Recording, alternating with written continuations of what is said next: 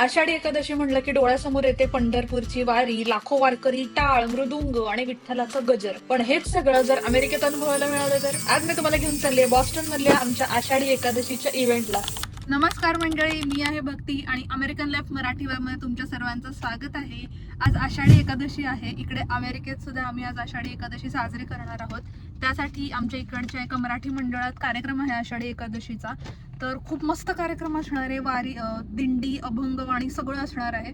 आणि एक स्पेशल गोष्ट माहिती, मी अँकरिंग करणार आहे आणि I am so nervous right now, कारण की मी एकदाही अँकरिंग केली नाही, पब्लिक स्पीकिंग असं केलेलं नाही आहे. ब्लॉग्स बनवणं वेगळी गोष्ट आहे, पण मला थोडेसे नर्वस वाटतंय. पण बघूयात कसं काय होतंय ते. शेवटपर्यंत हा ब्लॉग नक्की बघा. अमेरिकेत आषाढी एकादशी कशी साजरी होते हे बघण्यासाठी. तो हे आमच्या इथे वॉलपोल मध्ये साईकृपा टेम्पल आहे, इकडे कार्यक्रम असणार आहे.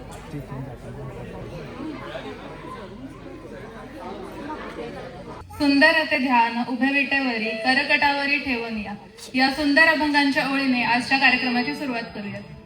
इकडे आलेल्या सर्व वारकऱ्यांचं, ज्येष्ठांचं, लहानांचं आणि मोठ्यांचं मनापासून स्वागत करते मी संकल्प परिवारातर्फे. मी भक्ती आणि आज मी पहिल्यांदाच अँकरिंग करते, असं माझ्याकडनं काही चुकलं तर प्लीज समजून घ्या. सगळ्यात आधी आषाढी एकादशीच्या तुम्हाला सर्वांना खूप खूप शुभेच्छा. खरं तर पंढरपूरची वारी वर्षातनं एकदाच येते, पण मला असं वाटतं की जिथे विठ्ठलाचं नाव घेतलं जातं आणि सगळेजण प्रेमाने एकत्र येतात, तिथेच खरी पंढरी तयार होते. आणि आज या साईकृपा मंदिरामध्ये अमेरिकेसारख्या ठिकाणी इथे आपली पंढरी जमलेली आहे आणि तुम्ही सगळे त्या पंढरीचे वारकरी असंच मी समजते. वारीमध्ये रिंगण हा खूप सुंदर क्षण असतो. सगळे वारकरी एकत्र येतात आणि त्या क्षणी प्रत्येक जण एकाच भावनेने जोडलेला असतो, विठ्ठलाच्या प्रतिप्रेम.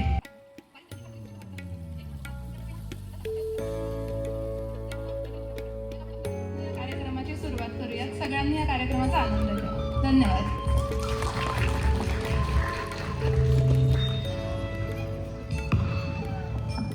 इंद्रायणी काठी, इंद्रायणी काठी, इंद्रायणी काठी, देवाची आळंदी लागली समाधी, ज्ञानेशाची हो ज्ञानेशाची.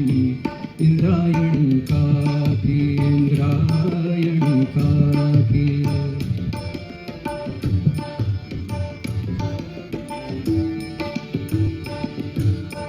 ज्ञानियाचा राजा भोगतो राणीव, ज्ञानियाचा राजा भोगतो राणा. नाचती वैष्णव, नाचती वैष्णव मागे पुढे.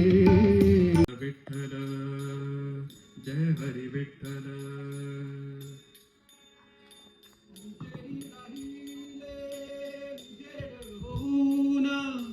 उजेडी राहिले उजेड होऊन, निवृत्ती सोपान मुक्ताबाई.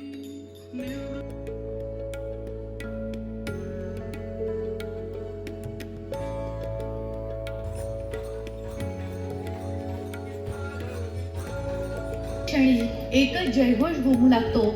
ज्ञानोबा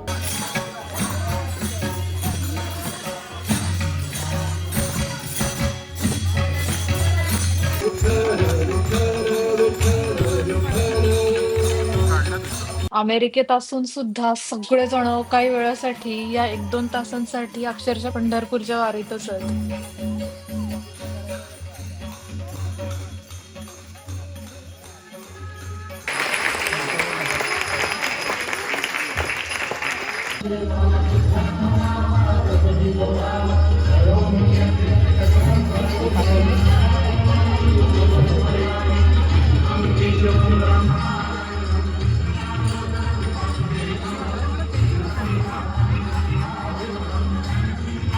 जवळपास 1.5 तास अभंगवाणी होती. आता दिंडी चालू होणार आहे. देवळाभोवती प्रदक्षिणा घालणार आहोत आता पालखी घेऊन.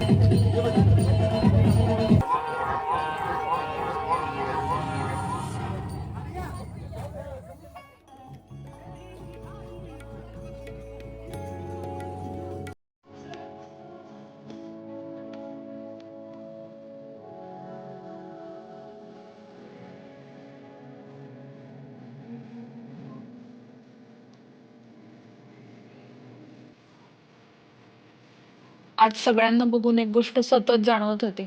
आपण अमेरिकेत असलो तरी आज प्रत्येकाच्या चेहऱ्यावर महाराष्ट्र दिसत होता. खरंच पंढरपूरच्या वारीत आल्यासारखं वाटतंय.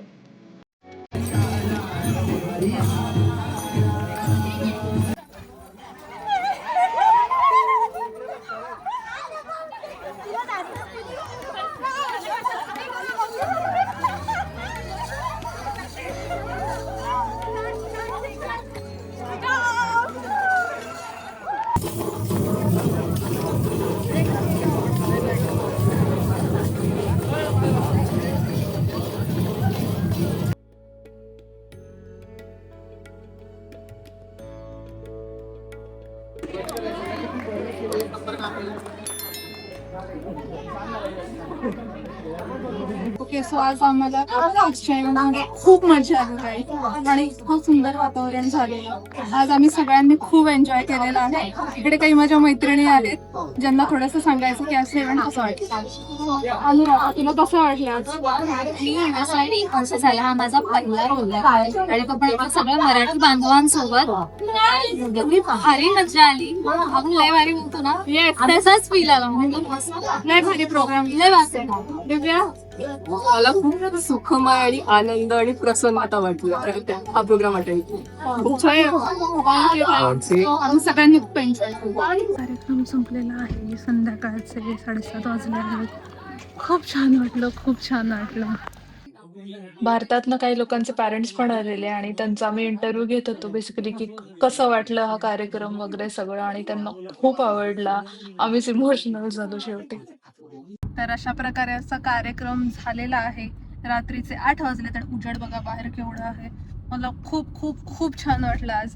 दरवर्षी मी पुण्यात असताना आषाढी एकादशीला नाही, ऍक्च्युली वारी बघायला जायचं लक्ष्मी रोडवरती आणि इतकं छान वाटायचं मला. आणि आज पहिल्यांदा मी मराठी मंडळाचा इव्हेंट तिकडे अटेंड केलाय अमेरिकेत आल्यापासून. खूप छान वाटलं मला. एव्हरीवन वॉज सो वेलकमिंग आणि मी स्पीच दिला. मला कार्यक्रमाची सुरुवात केली. थोडीशी नर्वस होते मी अँकरिंग करताना, पण आता मला खूप छान वाटतं. आता कॉन्फिडन्स जास्त बिल्डअप झालाय.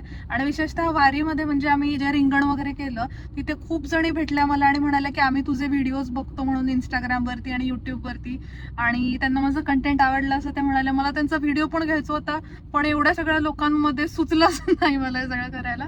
तर थँक्स टू एव्हरीवन जे माझे व्हिडिओज बघतात. नेक्स्ट टाइम मी तुम्हाला व्हिडिओमध्ये नक्की घेणार आहे. आणि खूप छान वाटतं आपल्याला नवीन नवीन लोक ओळखतायत. माझं कंटेंट बऱ्याच लोकांपर्यंत इकडे पोहोचत आहे. So I am so grateful for each and everyone. Thank you. आणि आजचा व्लॉग तुम्हाला कसा वाटला ते मला नक्की कमेंट्समध्ये सांगा. हा व्लॉग सगळ्यांबरोबर शेअर करा. परदेशात राहून एक वेगळीच नवीन फॅमिली तयार होते आणि ती झाली असं मला आता वाटतंय. पुढच्या शुक्रवारी भेटूयात. तोपर्यंत फॉलो करा, जर अजून केलं नसेल सबस्क्राईब करा, लाईक करा आणि कमेंट करा. Bye bye. परदेशात राहून सगळ्यात जास्त कशाची आठवण येते माहितीये? आपल्या माणसांची, आपल्या फॅमिलीची. पण असे कार्यक्रम एक वेगळीच जादू करतात मनामध्ये. जे काही तासांपूर्वी पूर्णपणे अनोळखी लोक होते ते निघताना आपले वाटायला लागले.